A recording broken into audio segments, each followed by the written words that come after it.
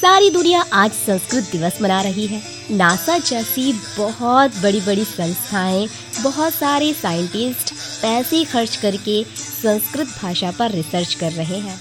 अंतर्राष्ट्रीय स्तर की मैगजीन भी इस पर अपने आर्टिकल जारी करके इसका महत्व बता रही हैं। जर्मन और लंदन जैसे बहुत बड़े बड़े प्राथमिक स्कूलों के अंतर्गत इसको कंपलसरी रूप में पढ़ाया जा रहा है।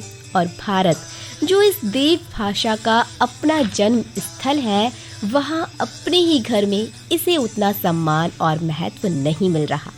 आखिर ऐसी क्या बात है कि जो दुनिया के सभी देशों के लोग यहाँ आकर संस्कृत सीखते हैं, अपने देशों में जाते हैं और संस्कृत का अलग प्रकार से इस्तेमाल करते हैं, फिर पूरे देश में विख्यात हो जाते हैं।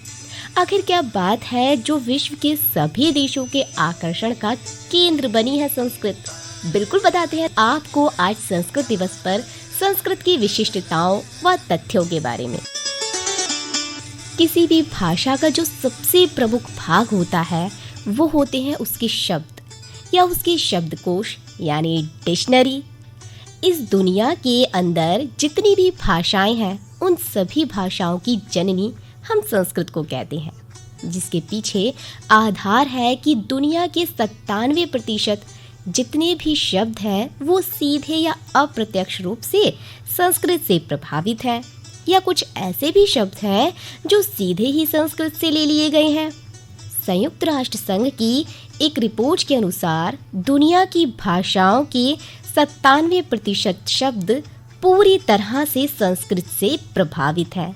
और इतना ही नहीं, इसका जो शब्दकोश है वो पूरी दुनिया में सबसे बड़ा और सर्वाधिक विस्तृत है। इसके अंतर्गत अब तक 102 अरब 78 करोड़ 50 लाख शब्दों का इस्तेमाल हो चुका है। जबकि आपको बता दूं कि संस्कृत भाषा में प्रत्यय, उपसर्ग इत्यादि लगा करके और भी नए शब्द बनाए जा सकते हैं, किंतु अब तक जितने शब्दों का इस्तेमाल हुआ है वो 102 अरब 78 करोड़ और 50 लाख है, जो कि अन्य सभी भाषाओं में सर्वाधिक है। इतना बड़ा शब्दकोश और इतने सारे शब्द होने के बावजूद भी सबसे प्रभावित करने वाली जो बात है वो ये है कि कम से कम शब्दों में संस्कृत भाषा में वाक्य पूरा हो जाता है। यानी दुनिया की जितनी भाषाओं में जितने शब्द हैं उनमें सबसे कम भाषाओं में यदि कोई वाक्य बनता है तो वो संस्कृत भाषा में बनता है। संयुक्त राष्ट्र संघ के द्वारा ही कराई गई एक रिसर्च के अनुसार ये पता चला कि संस्कृत भाषा सीखने और पढ़ने से दिमाग तेज होता है और स्मरण शक्ति भी बढ़ती है।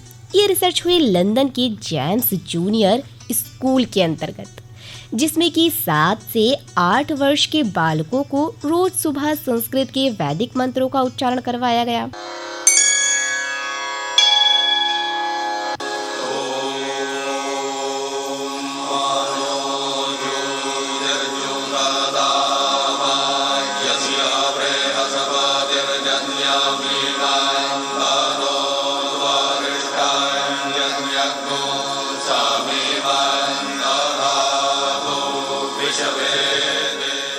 और देखा कि अगले 10 या 12 सालों के बाद वहाँ से विश्व को बहुत ही टॉपर, बहुत ही इंटेलिजेंट स्मरण शक्ति और तर्क शक्ति वाले व्यक्ति मिले और इसीलिए आयरलैंड व लंदन के विद्यालयों में संस्कृत भाषा को अनिवार्य रूप से पढ़ाया जाता है।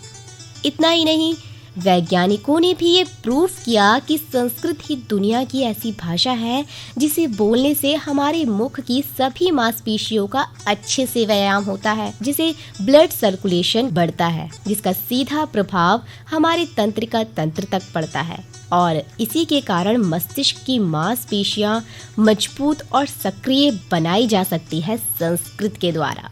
संस्कृत भाषा की इन्हीं विशिष्टताओं के कारण आज विश्व में 17 से भी अधिक ऐसे विश्वविद्यालय हैं जिनके तकनीकी पाठ्यक्रम में संस्कृत को पढ़ाया जाता है। विश्व प्रसिद्ध पत्रिका फोर्ब्स में जुलाई 1987 में ही ये प्रमाणित किया गया कि दुनिया के अंतर्गत जो सबसे स्पष्ट भाषा है वो संस्कृत है और संस्कृत को कंप्यूटर में उपयोग के लिए सर्वाधिक महत्वपूर्ण भाषा बनाया जाएगा।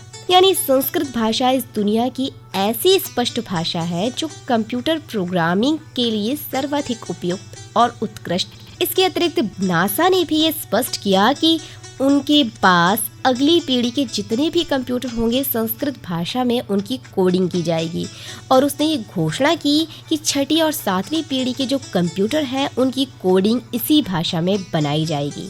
और नासा द्वारा ये प्रमाणित किया गया कि धरती पर बोली जाने वाली सबसे स्पष्ट और वैज्ञानिक भाषा संस्कृत है। ऐसा तब हुआ जब उन्होंने अपने अंतरिक्ष यात्रियों को कई प्रकार के संदेश भेजे जो कि हर एक भाषा में उन्हें भेजने पर प्राप्त नहीं हुए। जिस भी भाषा में वे संदेश भेजे जाते अंतरिक्ष में जाकर के वे उल्टे हो जाते और उल्टे होने के कारण उनका अर्थ अनर्थ में बदल जाता। किंतु संस्कृत भाषा इसके अंतर्गत वाक्य के शब्दों को किसी भी प्रकार से रखा जाए उसका समान ही अर्थ निकलता है। यदि वह उल्टे भी हो जाए तो भी वह वही अर्थ देंगे जो कि सही होने पर देते हैं। इस प्रकार संस्कृत के वाक्य सबसे कम शब्दों में पूरे हो जाते हैं और बहुत ही स्पष्ट रूप से किसी भी प्रकार से इसका समान ही अर्थ निकलता है। इसलिए वैज्ञानिकों तक अंतरिक्ष में भेजे जाने वाले जो संदेश हैं उनके निमित्त भी संस्कृत भाषा सबसे महत्वपूर्ण और वैज्ञानिक है। साथ ही संस्कृत भाषा की जो व्याकरण है उसके सारे वैज्ञानिक तथ्य है, सारे सिद्धांत इतने प्रामाणिक है कि जब से महर्षि पाणिनि ने संस्कृत व्याकरण लिखी तब से आज तक डॉट, कॉमा, फुल स्टॉप जैसी परिवर्तन करने तक की भी आवश्यकता नहीं हुई। ज्यों के त्यों आज भी हम उनका वैसे ही प्रयोग करते हैं और इसीलिए नासा जैसी अंतरिक्ष संस्थान के अंतर्गत जो भी नए वैज्ञानिक भर्ती होते हैं उनकी ट्रेनिंग में संस्कृत की व्याकरण, आर्यभट्ट के सूर्य सिद्धांत, वराहमिहिर के सिद्धांत इत्यादि सब संस्कृत में पढ़ाए जाते हैं। ऐसा नासा के अतिथि वैज्ञानिक ओम प्रकाश पांडे जी के द्वारा बताया गया। इसलिए अब नासा द्वारा ये सलाह दी गई कि जो आगे छठी और सातवीं पीढ़ी के कंप्यूटर बनाए जाएंगे उनमें सभी प्रकार के सिद्धांत संस्कृत भाषा में दिए जाएंगे जो कि 2025 और 2034 तक पूरी होने की संभावना है। तब जाकर के संस्कृत सीखने की पुनः क्रांति शुरू होगी। संस्कृत अपने आप में एक संपूर्ण ऐसी पवित्र भाषा है जिसमें संस्कार, पवित्रता, सादगी और सौम्यता का भाव अलग ही झलकता है।